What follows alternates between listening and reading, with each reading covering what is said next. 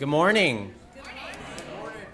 Well, welcome to the 89th anniversary. Well, welcome to our annual St. Francis Dam Lecture.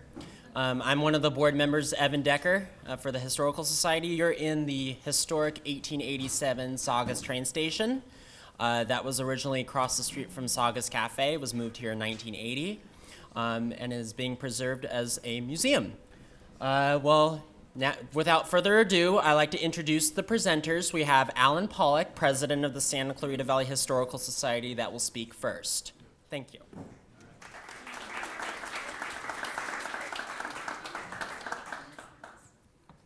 All right, thank you. I'm glad you all could be with us today.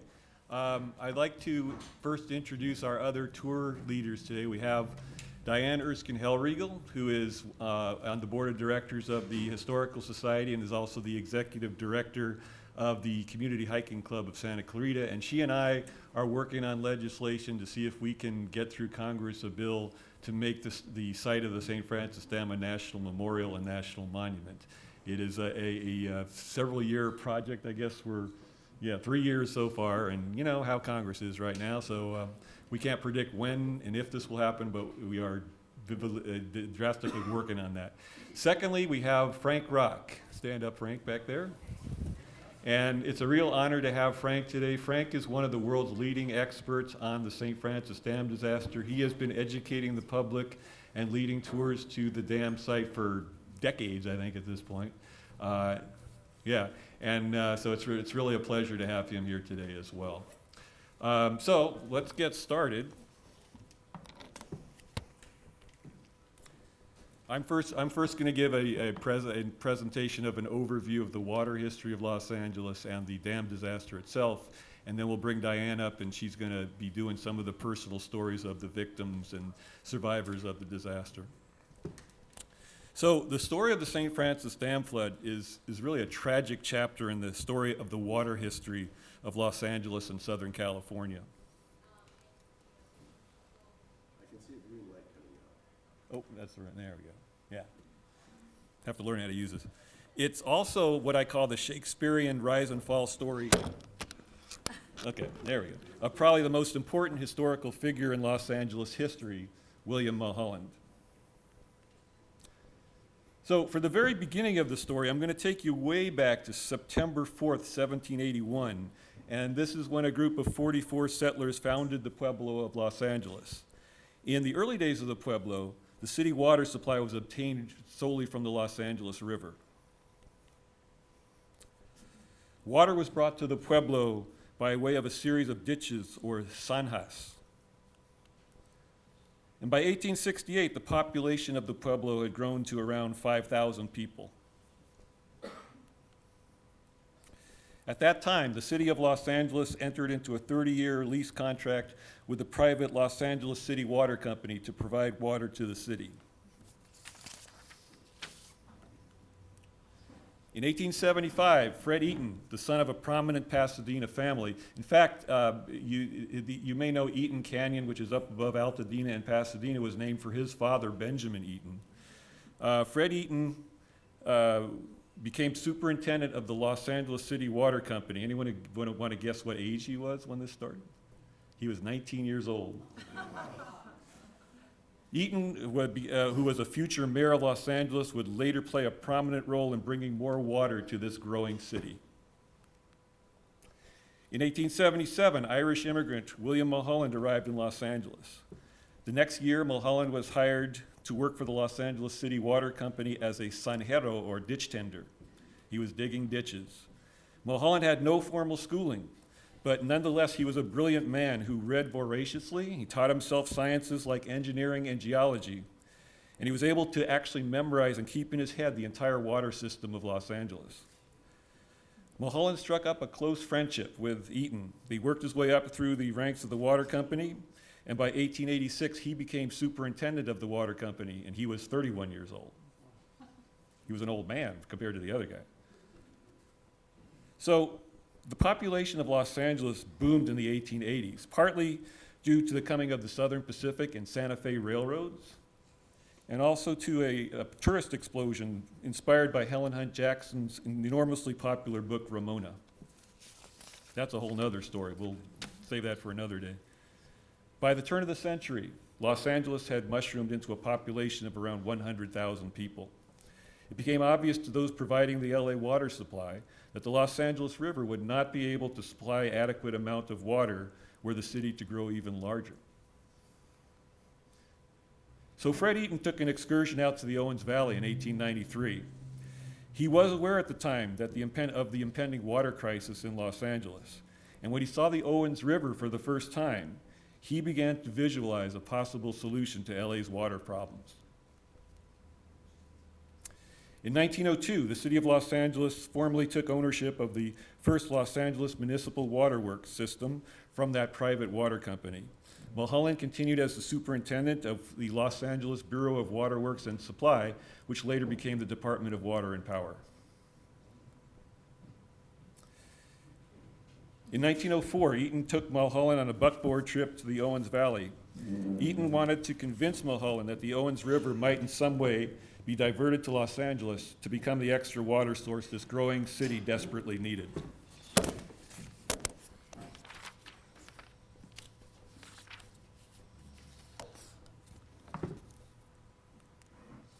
It was on this trip that Mulholland and Eaton hatched the idea of building an aqueduct from the Owens Valley to the San Fernando Valley. But this proposed project could not occur without the water rights to the Owens River. So later in 1904, Eaton, with the help of his friend Joseph B. Lippincott, the supervising engineer for California in the newly created U.S. Reclamation Service, began buying up land in the Owens Valley under the pretense that the land was needed for a reclamation project or for cattle ranching. In March 1905, Eaton again traveled to the Owens Valley to buy land options and water rights. The major acquisition during the trip was the Long Valley Reservoir, which is now Crowley Lake. And in all, he acquired the rights to more than 50 miles of riparian land, basically all parcels of any importance and controlled by the Reclamation Service.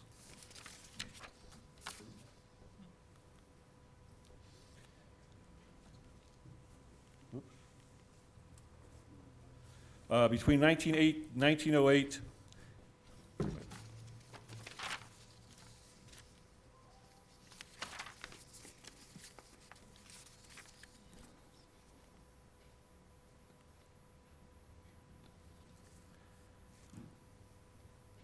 wait a minute.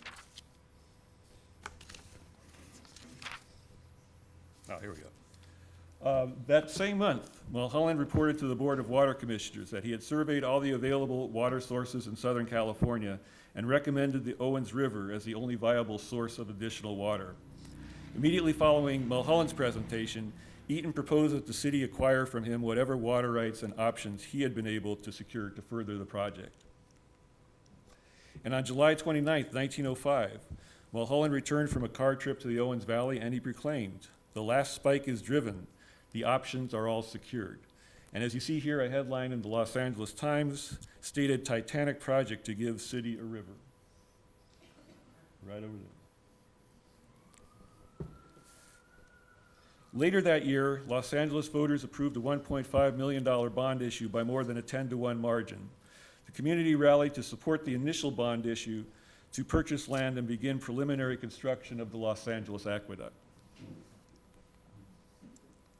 In 1907, Los Angeles voters again gave their overwhelming consent to the project, approving a $23 million bond issue for aqueduct construction.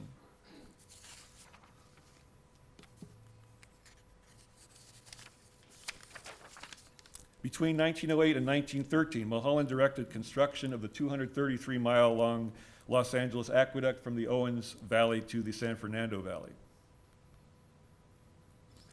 The project was completed on time and in budget, and Mulholland became a huge hero to the city of Los Angeles. So on November 5th, 1913, 40,000 Angelenos arrived by car, wagon, and buggy to celebrate the opening of the Los Angeles Aqueduct at the Cascades in present-day Sylmar. So Mulholland became this great hero to Los Angeles, but that was not how the people of the Owens Valley viewed him.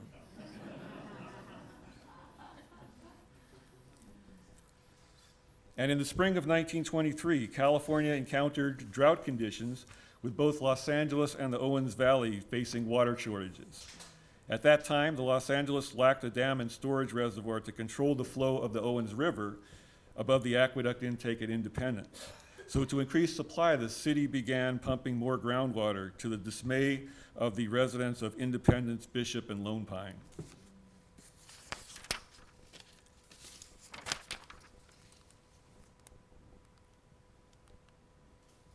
And what became known as the Owens Valley Water Wars began in 1924.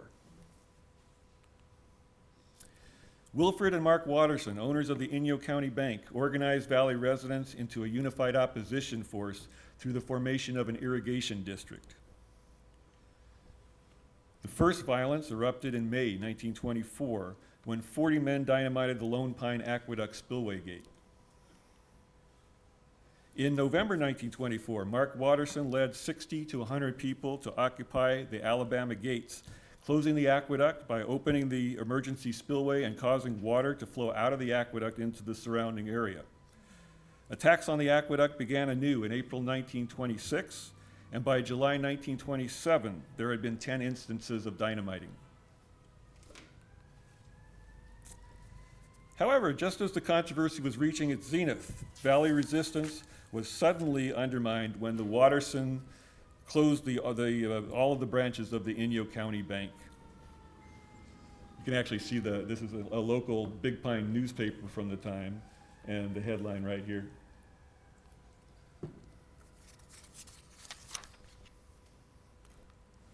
Well, it turns out not only were the Wattersons bankrupt, they were also tried and convicted of 36 counts of embezzlement, and thus ended the water wars.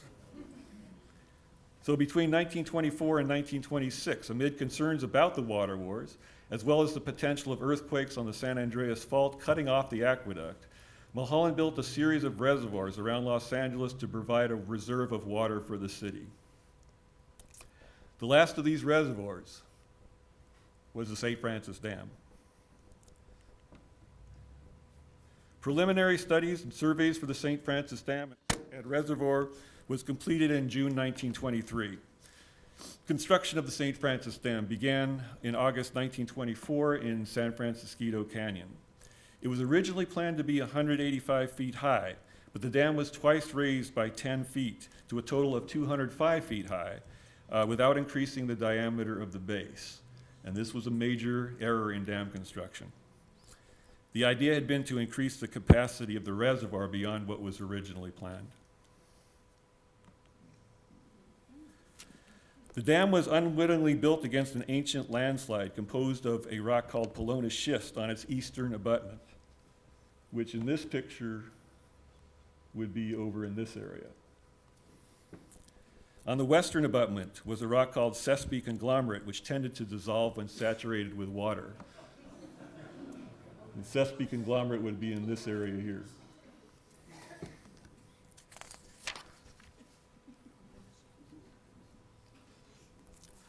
There were a number of errors made in the construction of the foundation of the dam, except, ironically, at its center section. They failed to install drainage wells along the entire base of the dam. They did install it right in just in this area, which is partly why this remained standing. But this put the dam at risk for a phenomenon called hydraulic uplift, in which the dam could tilt upward from the pressure of the water behind it. The mixture of the concrete was also of questionable quality and workmanship. They used local rock in the concrete, and they failed to adequately wash the rock prior to mixing with the concrete. And in later studies, while this was not optimal, we're not sure that that had a major effect on the dam failure itself.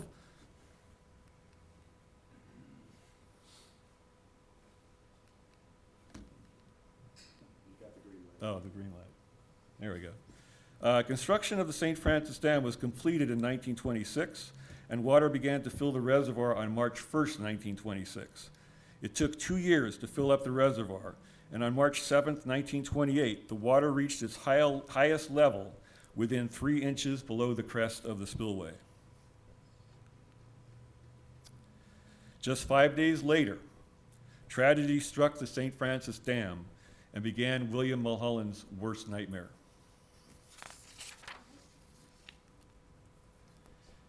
Now we go to March 12th, 1928 at 10:30 a.m. Dam keeper Tony Harnischweger discovered a new leak in the dam's western abutment. He was especially concerned with the muddy content of the runoff he observed, which could potentially indicate the water was eroding the dam's foundation. And he immediately alerted Mulholland. So Mulholland and his assistant, Harvey Van Norman, arrived and began inspecting the area of the leak. Van Norman discovered the source of the leak, and by following the runoff, he determined that the muddy appearance of the water was coming not from the leak itself, but from a place where the water came into contact with a loose soil from a newly cut access road. So for the next 2 hours, Mulholland, Van Norman, and Harnischweger inspected the dam and various leaks and seepages. They found nothing that they felt was out of the ordinary or of concern for a large dam. Both Mulholland and Van Norman were convinced the new leak posed no threat, so they returned to Los Angeles, a decision Mulholland would regret for the rest of his life.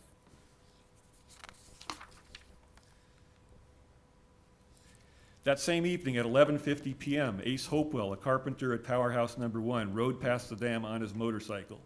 Approximately 1 mile upstream from the dam, he heard above the sound of his motorcycle a noise he described as rocks rolling down the mountain.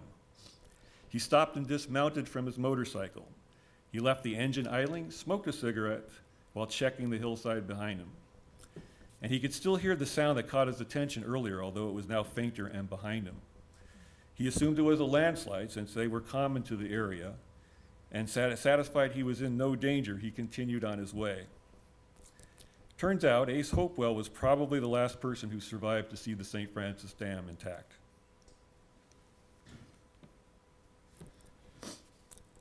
On March 12, 1928, at 11:57 and 30 seconds p.m., the St. Francis Dam collapsed.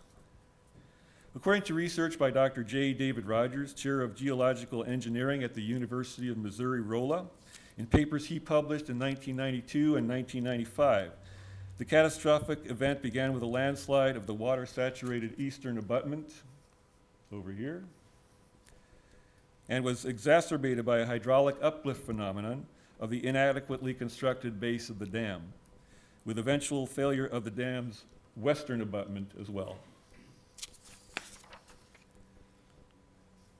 The time of 11:57 and 30 seconds p.m. is pinned to the fact that personnel of the Bureau of Waterworks and Supply at both receiving stations in Los Angeles and at Powerhouse Number 1, which you see here, noted a sharp drop in voltage on their lines at exactly that time. Simultaneously, a transformer at Southern California's Edison Saugus substation, which you can still see the successor of today on Magic Mountain Parkway, but that was what it would look like at that time, it exploded. The transformer was connected to Edison's Antelope Valley Burrell power line, running up the western hillside of the canyon near the dam to poles located about 90 feet above the eastern abutment. You can see a couple of poles right over here.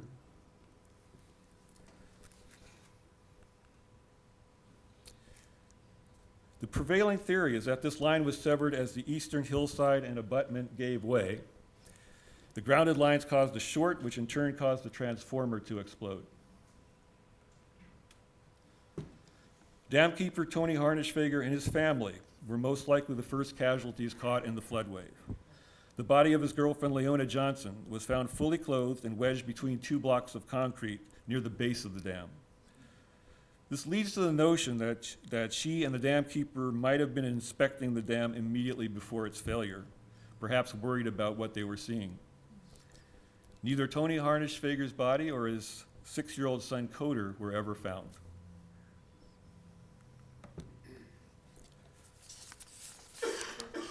Five minutes after the collapse, having traveled 1.5 miles at an average speed of 18 miles per hour, the now 120-foot high flood wave destroyed the heavy concrete Powerhouse Number 2, leaving only these 2 turbines that you see here, and claimed the lives, and I guess we were debating this before, I have 64 of the 67 workmen and their family members who live nearby. Historians debate different numbers as to how many people were there, but that's always up to debate. On March 13th, between 12:05 a.m. and 1 a.m., San Francisquito Canyon was ravaged by the floodwaters. At the base of the canyon, in what is now the present-day Tesoro del Valle housing development, the water destroyed part of actor Harry Carey's ranch, including a Navajo trading post, which had been a popular tourist attraction. 2 caretakers at the ranch perished in the flood. Carey happened to be away on business in New York at this time. Now, we have an old legend in our historical literature that a group of Navajo Indians hired by Carey to work at the trading post had called Carey the night before the dam break, asking to leave for their ranch in Arizona, based on a premonition by their medicine man of an impending dam rupture. However, according to Carey's son, and who was also an actor, Harry Carey Jr., the Indians actually asked Carey about 1 month prior if they could leave. When they did, after the medicine man actually went hunting for deer near the dam and saw a crack on the dam face.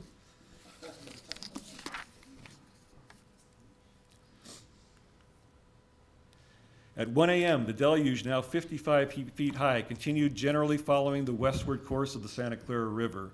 It hit and demolished Edison's Saugus substation, seen here, leaving the entire Santa Clara River Valley and parts of Ventura and Oxnard without power. Raymond Starbird, an assistant Edison patrolman at the Saugus substation, was nearly washed away by the flood. He hitched a ride to Wood's Garage, seen here, next to the Saugus Cafe. There, Starbird placed a call to Sheriff's Substation Number 6 in Newhall, which you see here in this picture, and he is therefore credited with being the first person to sound the alarm about the flood. At 1:25 a.m., 150 Edison linemen were fast asleep in their tents at Kemp, a temporary camp near a railroad siding just east of the Los Angeles-Ventura County line. Night watchman Ed Locke watched in horror as a huge flood of water approached the camp at 12 miles per hour. Locke ran through the camp, waking up as many people as possible. But the water hit a geological outcropping called Blue Cut, which you see right here. It created a whirlpool effect which went back on the camp and uprooted the tents.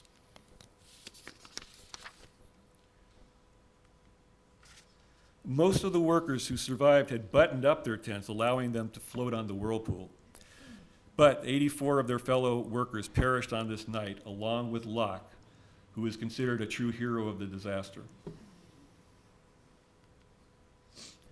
Louise Gipe, at 1:30 a.m., a telephone operator in Santa Paula, along with Rysel, Jones, and Satakoy, who later became known as the Hello Girls, bravely stayed at their posts after being notified of the oncoming flood and began systematically calling residents in low-lying areas, urging them to flee to higher ground. Gipe was at her station when shortly before 1:30 a.m., she received a message from the chief operator of the Pacific Long-Distance Telephone Company saying that the San Francisco Dam had broken and a tremendous wall of water was sweeping down the valley. She received orders to notify the authorities and then warn those in the coming flood path. She immediately called California Highway Patrol Officer Thornton Edwards, who lived in Santa Paula, and then started calling the homes of those in danger. One interesting side note, you'll see here Thornton Edwards doesn't look like a policeman right here. He looks like an actor, and indeed he was a B-movie actor both before and after his stint as a sheriff.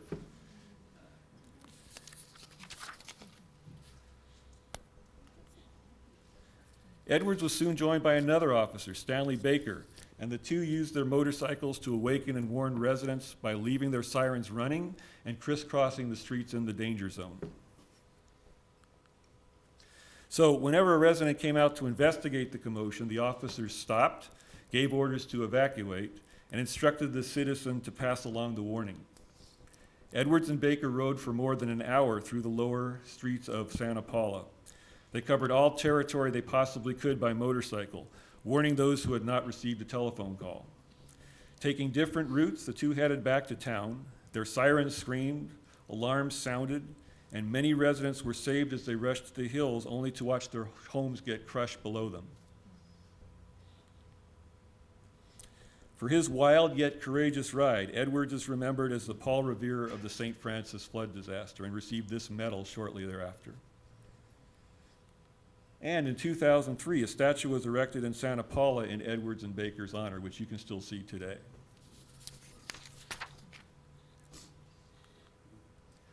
Around 2 a.m., the phone rang at the Mulholland residence. The chief's daughter answered and woke up her father with the terrible news. And as he lurched for the phone, Mulholland repeated this mantra over and over: "Please, God, don't let people be killed." Mulholland would later issue the following statement: "I would not venture at this time to express a positive opinion as to the cause of the St. Francis Dam disaster. Mr. Van Norman and I arrived at the scene of the break around 2:30 a.m. this morning. We saw at once that the dam was completely out and that the torrential flood of water from the reservoir had left an appalling record of death and destruction in the valley below." At 5:30 a.m., having devastated much of Santa Paula and heavily damaging the towns of Fillmore and Bardesdale, the floodwaters emptied into the Pacific Ocean near Ventura at Montalvo, washing victims and debris out to sea. It had taken 5 hours and 27 minutes to travel 54 miles from the dam site to the ocean. And as it reached the coast, the flood was nearly 2 miles wide, traveling at 6 miles per hour. Immediately following the dam break, as many as 8 agencies, both city, county, state, and federal, began investigating the cause of the disaster. Most significant was the 2-week coroner's inquest led by the ambitious Los Angeles District Attorney Asa Keys.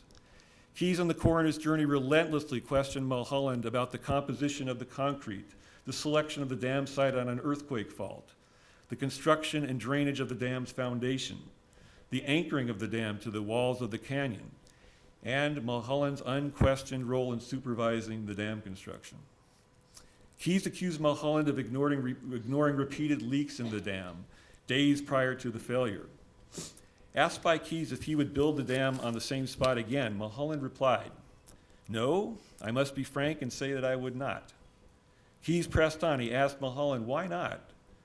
The reply, "It failed, that's why. There's a hoodoo on it. It is vulnerable against human aggression, and I would not build it there." Mulholland apparently suspected the dam had been dynamited by an Owens Valley conspiracy ring to avenge its construction, although there was never any evidence of that. Toward the end of the testimony, Mulholland humbly stated, "Don't blame anybody else. You just fasten it on me. If there is an error of human judgment, I am the human." Can you imagine a politician saying that today?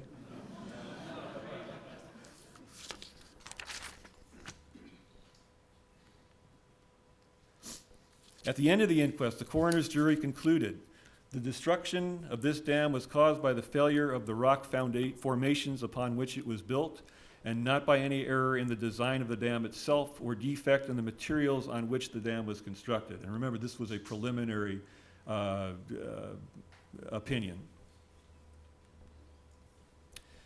Although jurors expressed ambivalence about the inciting event leading to the collapse, they felt that the preponderance of evidence favored an initial failure on the dam's western abutment, which was anchored to a type of rock called red Sespe conglomerate, seen here on the right. This theory was later proven incorrect by the research of J. David Rogers, which pointed to the Polonus schist at the eastern abutment as the initial failure.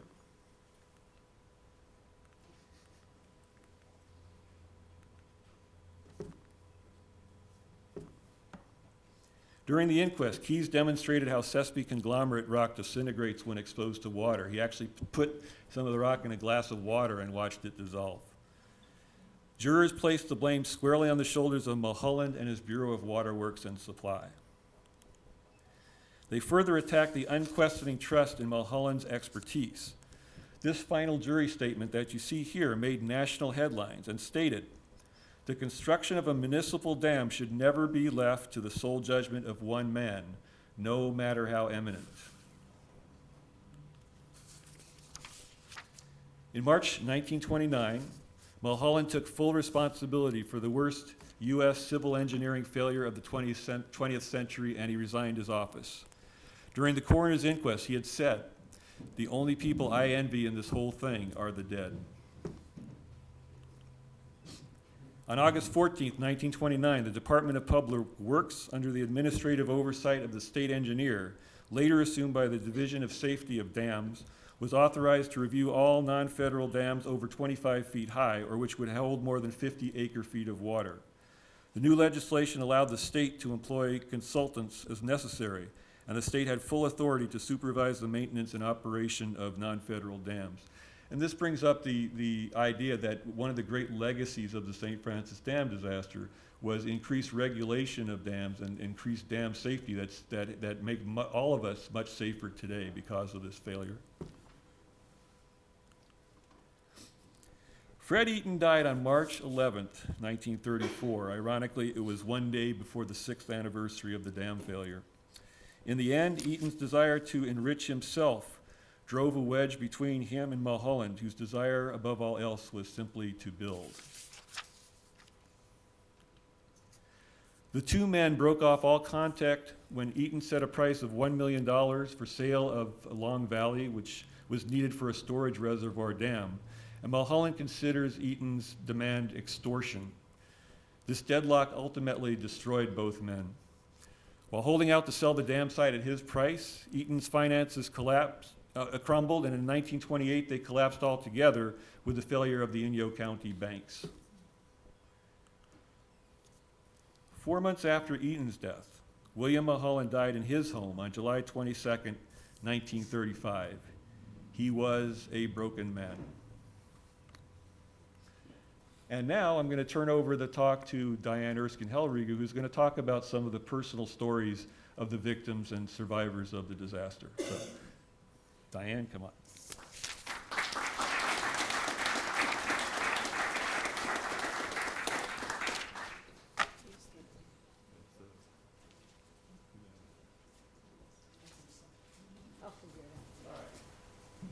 Wow. When I first got involved with this, it was actually through Facebook. Alan had visited Johnstown and had decided, he saw the flood in Pennsylvania. He saw that there was a National Park Service building there. He saw that there was a theater and all this wonderful stuff. And the story was very similar to our St. Francis Dam. And he said, they've got all this great stuff there, and what do we have? Nothing. Nothing. In fact, most of the people in Santa Clarita don't even know that there was originally a dam there. They've got no clue that the second biggest disaster ever in California is right here. And so he started, he wanted to make it a national memorial, just like the one in Pennsylvania, but he had no clue as to how to go about it. My background is in legislation, and I work on lands bills. So I do things like wilderness and wild and scenic rivers and things like that. I worked on the national monument that is now the San Gabriel Mountain, which abuts us as well. And you probably don't know that because we have no trails out here, which I'm also working on trying to get us trails and facilities and things out here. And 3 projects have just been approved. So very excited about that. So Alan, emailed me, and my first thought is, I've got 7 bills to work on this year. And you want me to do another one? And then I started thinking about it because my mother was 6 years old when the dam failed. And when I was 6, she took me out to the dam ruins. And she was telling me all about the people that died out there and what it looked like when she visited with my grandparents, the tombstone and all that. And I understood some of it, but not the rest. And I'd made several trips out to the dam subsequent to that. And then it clicked. This is like coming full circle. My mother was so impressed with this, and everything I do now, I do for my mother, So Alan took me from my mountain climbing career back into doing more legislation. And I'm very excited. Our legislation was passed in the House last year unanimously, which never happens, ever, in DC. But then the Senate didn't pick it up by the end of the year, so this year we have to start all over again. So now DC is in a huge mess, and we're hoping things calm down so that we can go there and get another unanimous pass in the House and the Senate. So that's what we're trying to do this year, and it's very exciting. The other thing that brought me in to doing this, that really sealed the deal, was learning about the personal stories of all the people that died. That was something I didn't understand at 6 years old and really didn't want to go there. But now, that's what breaks my heart. It's what inspires me, and I hope that I can inspire you today. Some of the information that I will give you, there's one kid that died, and I was able to contact relatives, and each relative gave me a different story. So I'm not sure which one is true. I'm going to be giving you all three stories. And I'll let you make up your own mind, and someday we'll figure out what really happened. But,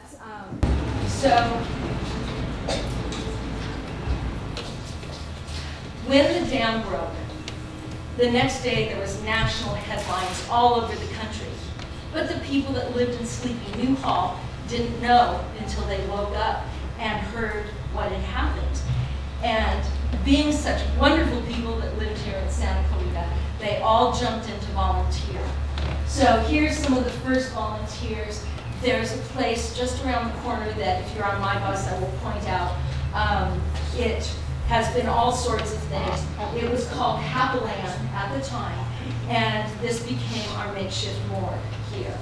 And so first thing, the Red Cross volunteers showed up, and they were giving coffee and cookies to the people, all the volunteers that were helping, and trying to keep smiles on their face.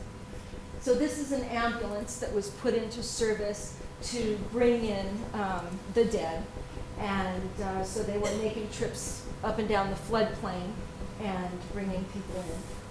This is a coffin. They were bringing coffins in to put the dead in after they were cleaned up. And here's more volunteers who brought the bodies in. They would wrap them in a sheet as they found them and then bring them in. And this is Happyland, and this is the morgue. I'm sorry. It always does. I do this all the time. These are people that were found and placed on the tables. Happyland used to be a wonderful place. It was a place to go, to have a drink, to dance, to have fun. And this ended. They laid the people out on the tables. Nobody wanted to go back in there after this. The interesting thing is the floor is still there. The building is still there. And it has been a number of different things. It has been, right after this, it became a courthouse. And then after that, I don't know what happened in between, but it was most recently the Railroad Cafe. And then the next one was Nudi's Cafe and Western Clothing Store. So right now, I believe it's empty. The first people to die was Tony, Leona, and Coroner. We believe that Leona and Tony had gone to the dam shortly before midnight because Tony was concerned about the dam breaking. He'd seen more leaks develop during the day, and he wanted to see if anything else had happened since he'd been there last. Tony had even built steps up out of the floodplain so that if it broke, because his cabin was right there, he had these steps so that they could run up the steps and escape. So here they were down below the dam with Leona, looking. We know that Leona was there for sure. Coder's body and Tony's body have never been found, but Leona's body was at the base of the dam with debris from the dam on top of her. And so we know that the dam collapsed on top of her. Can you imagine how horrible that must have been, to see it coming down and there's no escape. About a mile and a half below the dam, Alan mentioned this, there was a village, and it was the Powerhouse 2 village, and there were employees of both Edison and the Waterworks and Supply that lived there with their families. This is one family that really tugged at my heart. This is Lyman and Lillian Curtis. You notice that I gave his age at 35. And as we go on, when there is an age next to someone, that's the age they were when they died. If there's no year next to them, that means they survived. So they were married in 1921 in Bakersfield, California, and they had 3 children. These are the little 3 children. There's Margie on the right, Maisie on the left, and Danny in the middle. Lyman had been concerned that the dam was going to break. He had been up there on March 12th. He had seen the leaks, he'd seen the muddy water, and he came home and told his wife. They were in bed, asleep, and she woke up. The noise of the oncoming water with all the debris had wakened her, and there was a mist in the air. And she woke up Lyman, and they grabbed Danny, who was the youngest, and he told her, run up the hill behind the house. Up the hill, go, go, go. And he took her out there and was pushing her up the hill, and the dog followed. And so the dog and Danny and Lillian were running up the hill. And he said he would go back and get the girls. He ran back to get the girls. The flood hit, and they were gone. Lillian was still fighting to get up the hill. The water hit the hill. They were all wet. Their bodies were soaked, and she was tugging along on Danny to get him up that hill. They survived. They both survived. And the dog survived. The dog made it up on his own. And Lillian turned around, and she saw her house and her family, and she knew they were gone.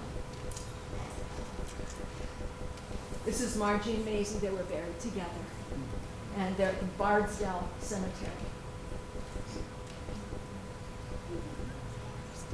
This is Ray Rising. Ray Rising lived in the same powerhouse little village. And he was unaware that the water was coming. The water hit his house. He lived there with his 3 children and his wife. And his 3 children and his wife died.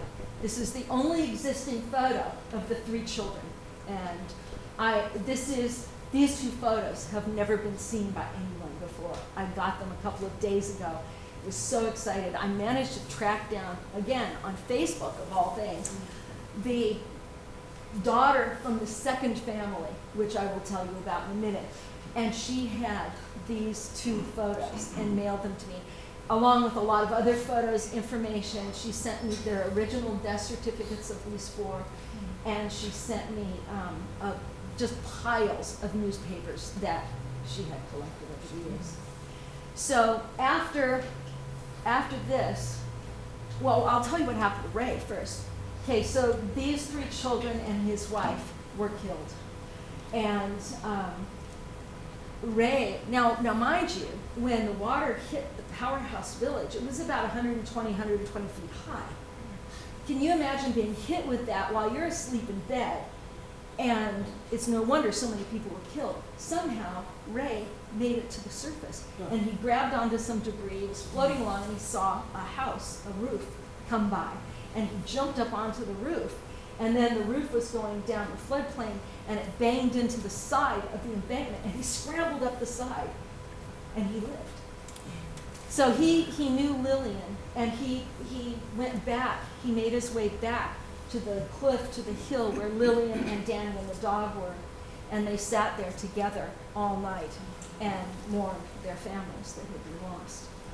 Lillian had pulled the dog on top of little Danny to help keep him warm because they were all soaking wet. So that's how they spent the night. So the good news out of this, if there is any, is that Ray Rising went back to Minnesota where he was from. And he was sort of recovering there. And another lady who was from that town was in California and was going back to visit her family. And all of her friends said, oh, go visit Ray. He lives there too. So she went to visit him. They spent some time together. They got married. And this is the progeny of their marriage. This is Carol. And Carol is the one that sent me these photos. So there's a few little good things in here. Okay, this is a crazy story that I need to tell you. Gentleman on the left is Leonardo Cesena. He was the father of 12 children, and actually it was more like 16, but 4 of them died almost immediately at birth. So we'll say 12. This kid on the right is Philip Cesena, and he died at 15 in the flood. So Leonardo he died, he worked for Mulholland and Farm, and he broke horses. That's what he did. And he died just about 6 months prior to the flood. He was from Spain, or maybe he was from Italy. It depends on who you talk to in the family. But, and Philip he worked at 2 different ranches in San Francisquito as a ranch hand. And so one story has him as a pupil in the San Francisquito school, which I'll talk about later. And that story has him dying at the school with the marm and with all of the other students.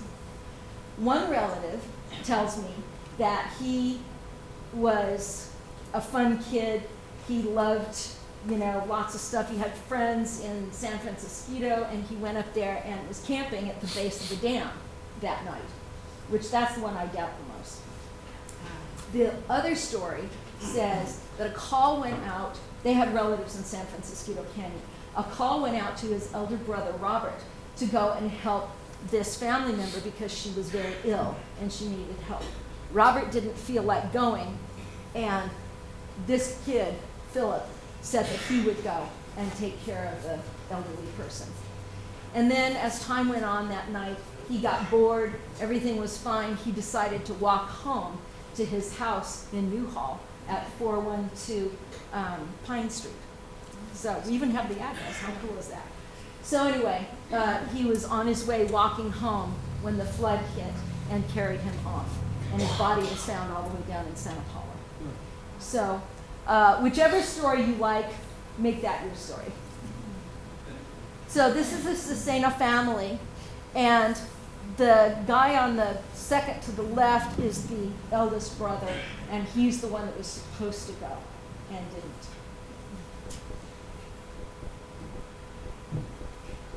Many of you have heard about the Ruiz Cemetery, which is in San Francisquito. There's a lot of crazy stories around. Some of the high school kids are saying that it was an old Chinese haunted cemetery. That's one of the things I've heard. It's not. We have some Ruiz relatives in the room. Would you raise your hand? There's 3 of you back there. Thank you for being here today. This was a few days after the flood. There's burials going on. There's mourners here. There's people bringing flowers. There's, it's a very active place. Do you think you should switch to the mic so we can hear us? Okay. So this area is on private property, so don't go looking for it. You can't just go in there. It is private. On occasion, people can go in there, but only with permission. So just wanted to tell you that. It is on private property, so please don't go. We hope that when this becomes a memorial and a monument, that we will be able to include that area on tours, okay? So this is also the cemetery. We have a mourner there. And this is what it looked like long ago. It doesn't look like that anymore. Lots of headstones have been stolen, and the old ones have rotted out, the old wooden ones. And this is one of the reasons that, we can't let people go in there, because things like that happen. There's also lots of graves up there that are unmarked. And one of the things that I want to do when it becomes a monument and a memorial is I want to have a fund to raise funds for every victim of the dam to have a headstone. I want them all to be remembered.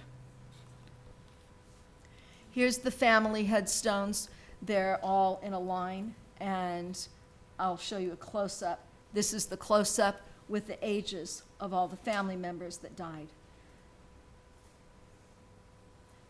Now, you're going to want to remember the Ruiz Cemetery because I will bring it up later, especially with William S. Hart. This is William S. Hart, who, if you don't know who he is, he was a silent screen actor.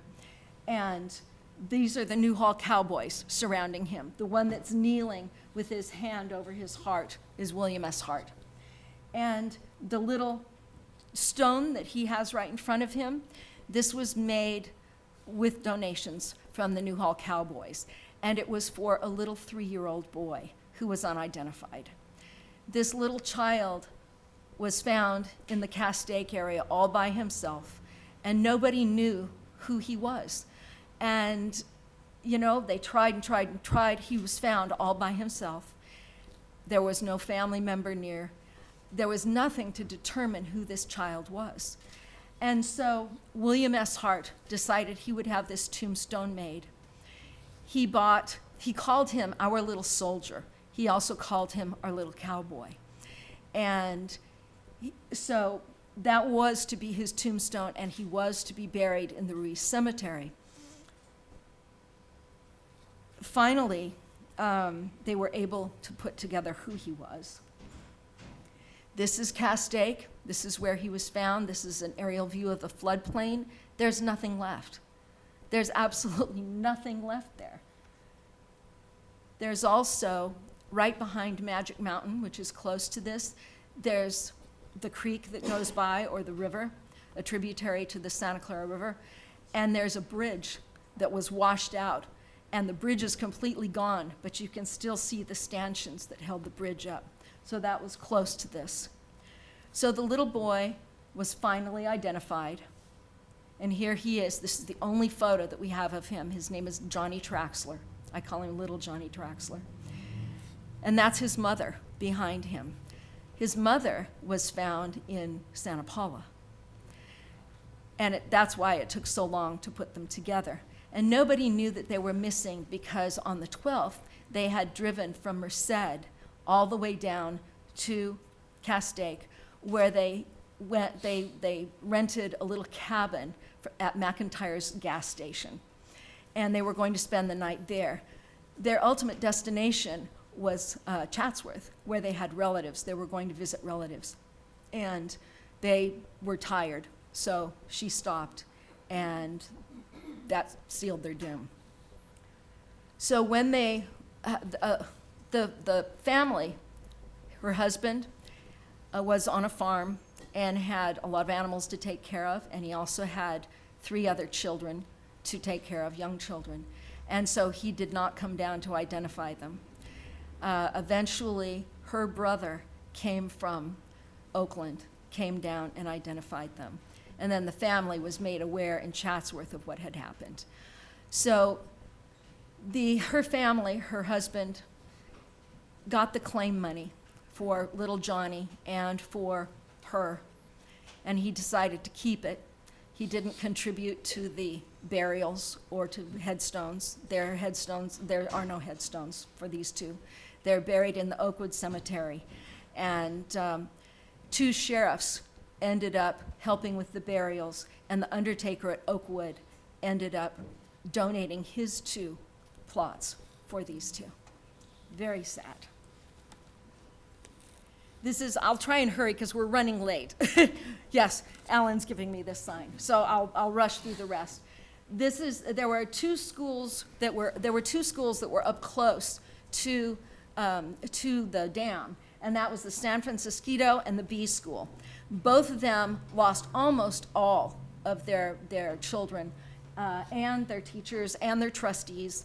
In this photo, there's only 1 child that survived. In the B School, there were 2 children that survived. And in the Saugus district school, which was also hit badly, had 8 children that survived. But this is Cecilia Small on the left. Cecilia was a very popular teacher. She knew all of her students. She knew all of their birthdays. She gave each one of them a party and even provided entertainment. Everybody loved her in the canyon, and her body was never found. I'm not going to spend a lot of time on this. I'm just going to show you San Francisquito School. These are the children that died. The B School, these are the children that died. Saugus School children, those are the ones that died. And it annihilated 2 of the 3 school districts, and they never came back. The one that did is the Saugus Unified School District, which you all know of today. So this is the the floodplain. We're moving down the floodplain here, and we're going to, again, Kemp Camp, which Alan told you about. So here's the site of 86 deaths, and it's right on 126. You can see it today. When the water came in, it made a circle. It made a whirlpool here. And having been involved in this legislation, my name's all over the internet, and a lady contacted me and she said, my dad was at Kemp Camp, and she wrote me a letter that she called Dad's Story. And I'll just make it really brief. He was in one of the tents, and most of the tents that were buttoned up floated. The ones that weren't were inundated with water. Her dad's tent was inundated with water. And as it came in, it flipped the tent upside down, and it threw her father into the water and then wrapped around the other 3 men that were in the tent. The other 3 died. Her father managed to grab onto some debris and float around in this whirlpool. And although he was pretty beat up, he survived. And so, it's one of the survivors. Just the luck of the draw where you managed to be sleeping. And what's interesting, too, about him is that he left, he went to Arizona, and then he married his wife, and he came back, and he went back to work for the Department of Water and Power. So here's a lot of debris here. And this, right next to where this is, just to the west of this, is where the Guattardi family lived. Can you guys hear me in the back? Okay. So the Guattardi family, once this whirlpool went around, and it's pretty vicious, and then it hit the Guattardi family on the left. They had nowhere to go, so they were all awake, and they were on the floor praying when the water hit. The water lifted the house up, and it killed his 5 children, 5 of the 6 children, and his wife. Joe didn't know how to swim, and neither did Alvina, who was his surviving daughter. Alvina managed to grab onto a big log, and she saw her father struggling in the water. And she turned around, and the log that she had in her hands that was keeping her up, she managed to catch a hold of her father's nightshirt.